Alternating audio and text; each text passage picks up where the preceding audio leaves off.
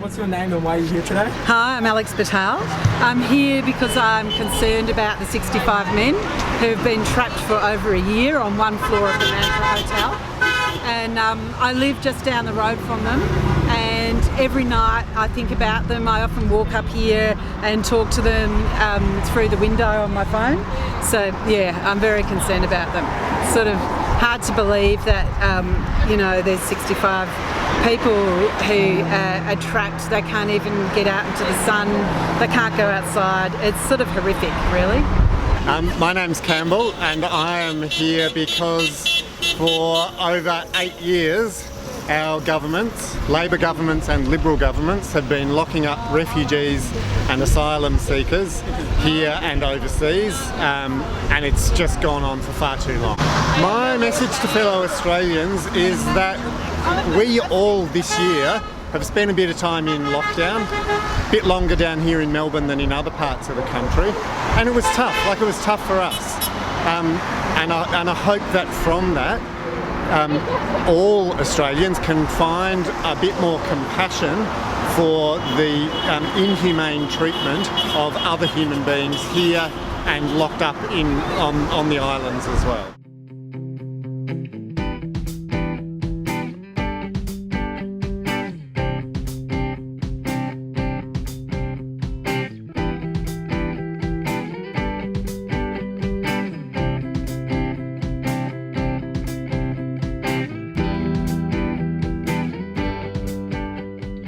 Young people can start to collectivise, that is, get together and start to raise their voice around these issues, right?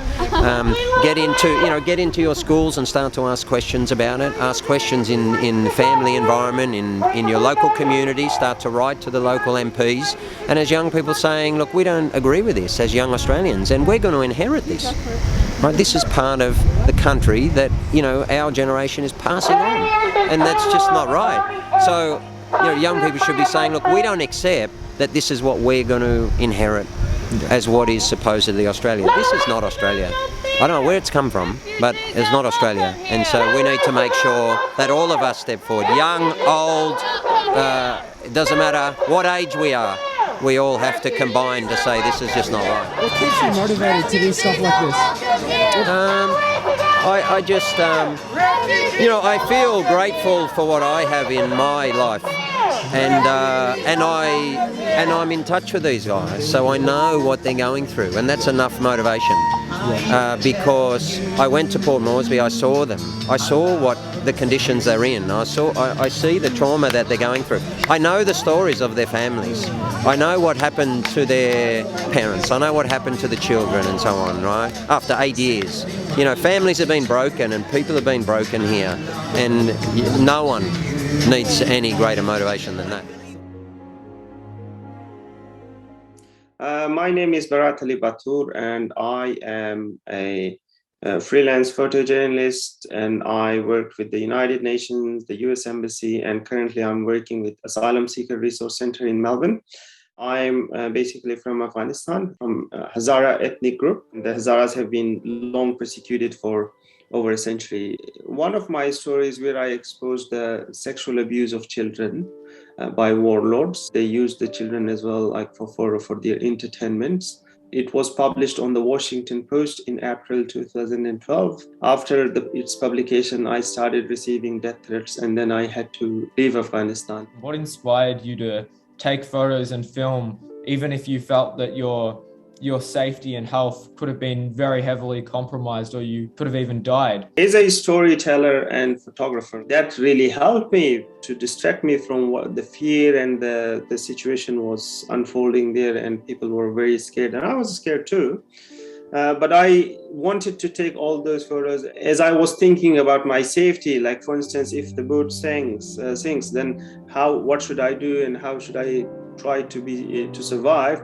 But at the same time, I was also thinking how to save the memory cards, so they should not be destroyed, where to hide it, find a plastic bag or something. I wanted to document what was going on, so then I can keep them in a memory. Even if I die, that will be in a memory, so one day people may find this. This was an unseen journey before people in Australia or maybe around the world, like they had been hearing about these type of refugee journeys just only with words and numbers, like how many people arrived in Australia. They were just numbers. So my intention or goal was to give them a face and to show it to the people how this actual journey looks like and what people go through. I am Martin Appleby, and I started with Corrections Victoria in 2008, 2007, and then went across to G4S as a training specialist, and hence my deployment up to Manus to train both local and expat staff in how to deal with refugees. What were the living conditions like on Manus Island for the asylum seekers? Atrocious. The average temperature would be about 30 degrees. It'd climb up to 38, 40 degrees. And then you've got these guys living in a tin hut. So you can imagine what the heat would be like coming through the tin and also expanding up off the concrete. Just horrible. What were the consequences of refugee strikes and protests where refugees would sew their lips together or not eat for days on end? Nothing. They were just laughed at, quite honestly. If you don't want to eat, that's fine. We'll just give it to the next fella. If you want to sew your lips together, we don't care. Whilst their protests in their minds, in the refugees' minds, was something that of an extremity to signal to the authorities that we need help, they were just laughed at. So I was involved with a conversation with a young fella who watched his brother and father executed by the Taliban, and his two sisters and mother raped by the Taliban and then murdered and shot. And he was in a hiding spot, and he knew that if he tried to come out to rescue any part of his family, that he would end up assassinated, dead. So he, with very, very broken English, he was trying to tell me his story about that, and then how he progressed through Afghanistan and into Pakistan, and then down through the trails, and was able to get into Indonesia and catch a boat, thinking that he was heading off for a better life, because that's all they're wanting. I'm Julian Burnside. I'm a barrister, and I've been at the Victorian Bar for a long time. What is wrong with Australia's detention policy? Its existence.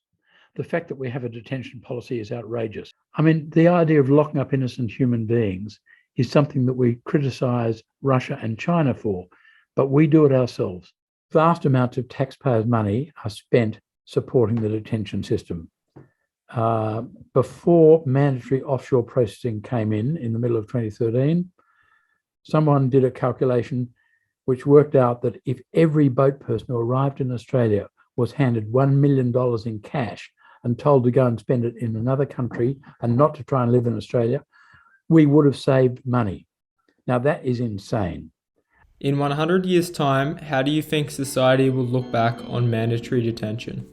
I don't think it'll take 100 years. In fact, I'm not even confident that we will exist as a species in 100 years from now. But I think when the young generation now have the reins of power in their hands, there will be a commission of inquiry into mandatory detention. And we'll all go around wringing our hands, or people then will go around wringing their hands, wondering how we could have behaved like that. I think it will happen within the next 20 or 25 years. And I think the resolution will be, that was a terrible system, that was a terrible way to behave. And if I'm wrong about that, if I'm wrong that it's a terrible way to behave, if I'm wrong in thinking that most Australians would regard it as terrible if they knew the facts, then I'm going to New Zealand.